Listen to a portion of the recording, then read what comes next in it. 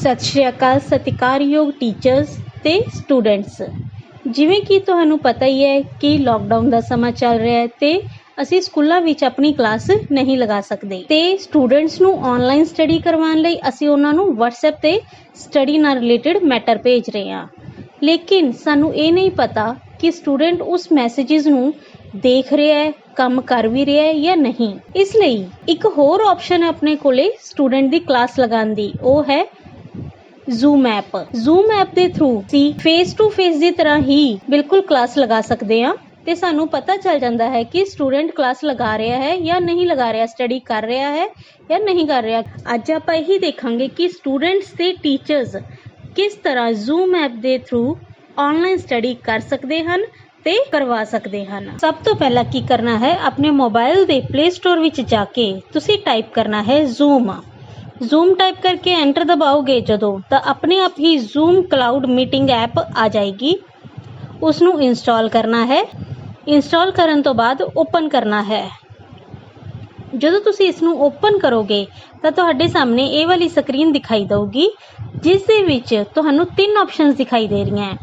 ਪਹਿਲੀ ਹੈ join meeting, ਦੂਸਰੀ ਹੈ ਸਾਈਨ ਅਪ ਤੇ ਤੀਸਰੀ ਹੈ ਸਾਈਨ ਇਨ। ਸਭ ਤੋਂ ਪਹਿਲਾਂ ਆਪਾਂ ਦੇਖਦੇ ਹਾਂ ਜੁਆਇਨ ਮੀਟਿੰਗ ਵਿੱਚ। ਜੁਆਇਨ ਮੀਟਿੰਗ ਵਿੱਚ ਕੀ ਹੈ ਕਿ ਤੁਹਾਨੂੰ ਕੋਈ ਮੀਟਿੰਗ ਲਈ ਲਿੰਕ ਭੇਜਿਆ ਗਿਆ ਹੈ, ਤੁਸੀਂ ਸਿਰਫ ਉਸ ਮੀਟਿੰਗ ਨੂੰ ਜੁਆਇਨ ਕਰਨਾ ਹੈ। ਜਿਵੇਂ ਸਿਰਫ ਇਹ ਸਟੂਡੈਂਟਸ ਲਈ, ਲਾਈਕ ਟੀਚਰ ਉਹਨਾਂ ਨੂੰ ਮੀਟਿੰਗ ਲਈ ਬੁਲਾ ਰਿਹਾ ਹੈ ਤੇ ਸਟੂਡੈਂਟਸ ਨੇ ਇਸ ਮੀਟਿੰਗ ਨੂੰ ਜੁਆਇਨ ਕਰਨਾ ਹੈ। ਉਹ ਕਿਵੇਂ ਕਰਨਗੇ? ਜੁਆਇਨ ਅ ਮੀਟਿੰਗ ਤੇ ਕਲਿੱਕ ਕਰਾਂਗੇ ਤਾਂ ਤੁਹਾਨੂੰ ਇਸ ਤਰ੍ਹਾਂ ਦੀ ਸਕਰੀਨ ਦਿਖਾਈ ਦੇਗੀ। ਸਭ ਤੋਂ ਉੱਪਰ ਤੁਸੀਂ ਮੀਟਿੰਗ ਆਈਡੀ ਫਿਲ ਕਰਨੀ ਹੈ। ਉਹ ਕੀ ਹੁੰਦਾ ਹੈ? ਜਦੋਂ ਤੁਹਾਡੇ ਅਧਿਆਪਕ ਦੁਆਰਾ ਤੁਹਾਨੂੰ ਲਿੰਕ ਭੇਜਿਆ ਜਾਂਦਾ ਹੈ ਤਾਂ ਉਸ ਵਿੱਚ ਇੱਕ ਮੀਟਿੰਗ ਆਈਡੀ ਹੁੰਦੀ ਹੈ, ਜਿਸ ਤਰ੍ਹਾਂ ਦੀ ਤੁਹਾਨੂੰ ਇਸ ਤਸਵੀਰ ਵਿੱਚ ਬਿਲਕੁਲ ਨੀਚੇ ਦਿਖਾਈ ਦੇ ਰਹੀ ਹੈ। ਤੁਸੀਂ ਉਸ ਮੀਟਿੰਗ ਆਈਡੀ ਨੂੰ ਆਪਣੀ ਸਕਰੀਨ ਤੇ ਮੀਟਿੰਗ ਆਈਡੀ ਵਾਲੇ ਬਾਕਸ ਵਿੱਚ ਫਿਲ ਕਰਨਾ ਹੈ। ਉਸ ਤੋਂ ਬਾਅਦ ਨੀਚੇ ਇੱਕ ਨਾਮ ਦਿਖਾਈ ਦੇ ਰਿਹਾ ਹੈ, ਜਿਵੇਂ ਇੱਥੇ ਦਿਖਾਈ ਦੇ ਰਿਹਾ 2A2 ਸਮਥਿੰਗ ਕੁਛ। ਇਸ ਦੀ ਜਗ੍ਹਾ ਤੇ ਤੁਸੀਂ ਆਪਣਾ ਪਰਸਨਲ ਨਾਮ ਵੀ ਦੇ ਸਕਦੇ ਹੋ।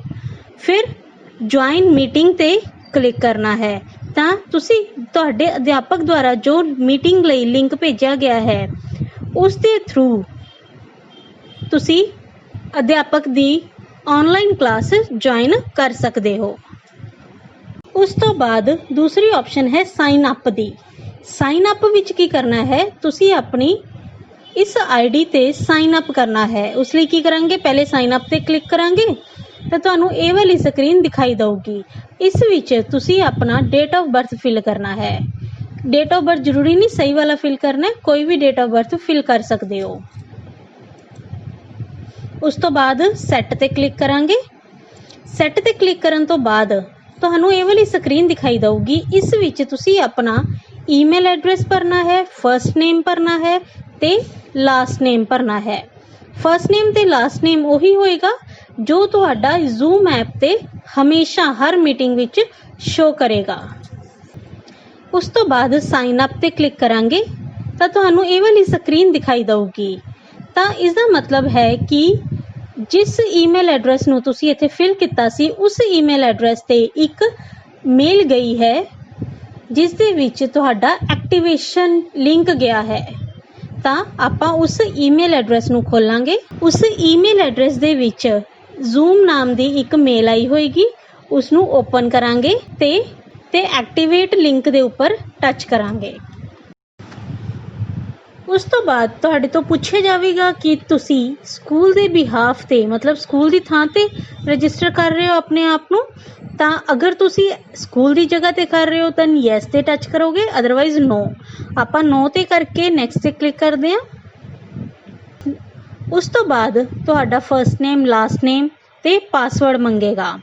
ਇੱਕ ਗੱਲ ਦਾ ਧਿਆਨ ਰੱਖਣਾ, ਪਾਸਵਰਡ ਦੇ ਵਿੱਚ ਅਪਰ ਕੇਸ, ਲੋਅਰ ਕੇਸ ਤੇ ਨੰਬਰ ਜ਼ਰੂਰ ਦੇਣਾ ਹੈ। ਉਸ ਤੋਂ ਬਾਅਦ ਨੀਚੇ ਫਿਰ ਕਨਫਰਮ ਪਾਸਵਰਡ ਕਰਾਂਗੇ, ਕੰਟੀਨਿਊ ਤੇ ਟੱਚ ਕੀਤਾ।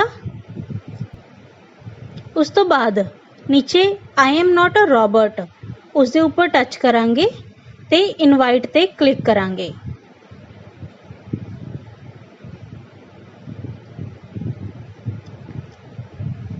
ਜੇਕਰ ਤੁਸੀਂ ਇਹ ਸਟੈਪ ਛੋੜਨਾ ਚਾਹੁੰਦੇ ਹੋ ਤਾਂ ਸਿੰਪਲ ਸਕਿਪ ਸਟੈਪ ਤੇ ਕਲਿੱਕ ਕਰ ਦਿਓ। ਉਸ ਤੋਂ ਬਾਅਦ ਤੁਸੀਂ ਅਗਰ ਟੀਚਰ ਹੋ ਤਾਂ ਤੁਸੀਂ ਸਟਾਰਟ ਮੀਟਿੰਗ ਨਾਓ ਤੇ ਕਲਿੱਕ ਕਰੋਗੇ, ਜਾਂ ਫਿਰ ਨੀਚੇ ਇੱਕ ਆਪਸ਼ਨ ਹੈ go to my account. Go to my account ਤੇ ਜਾਓਗੇ ਤਾਂ ਤੁਹਾਡੀ ਸਾਰੀ ਡਿਟੇਲ ਤੁਹਾਨੂੰ ਦਿਖਾਈ ਦੇਣ ਲੱਗ ਜਾਏਗੀ।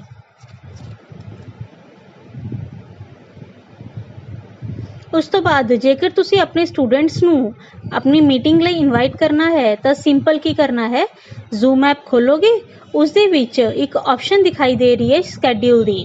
ਸਕੈਡਿਊਲ ਦੇ ਉੱਪਰ ਟੱਚ ਕਰੋਗੇ, ਉੱਥੇ ਤੁਸੀਂ ਆਪਣੀ ਡੇਟ ਤੇ ਟਾਈਮ ਨੂੰ ਸੈੱਟ ਕਰੋਗੇ।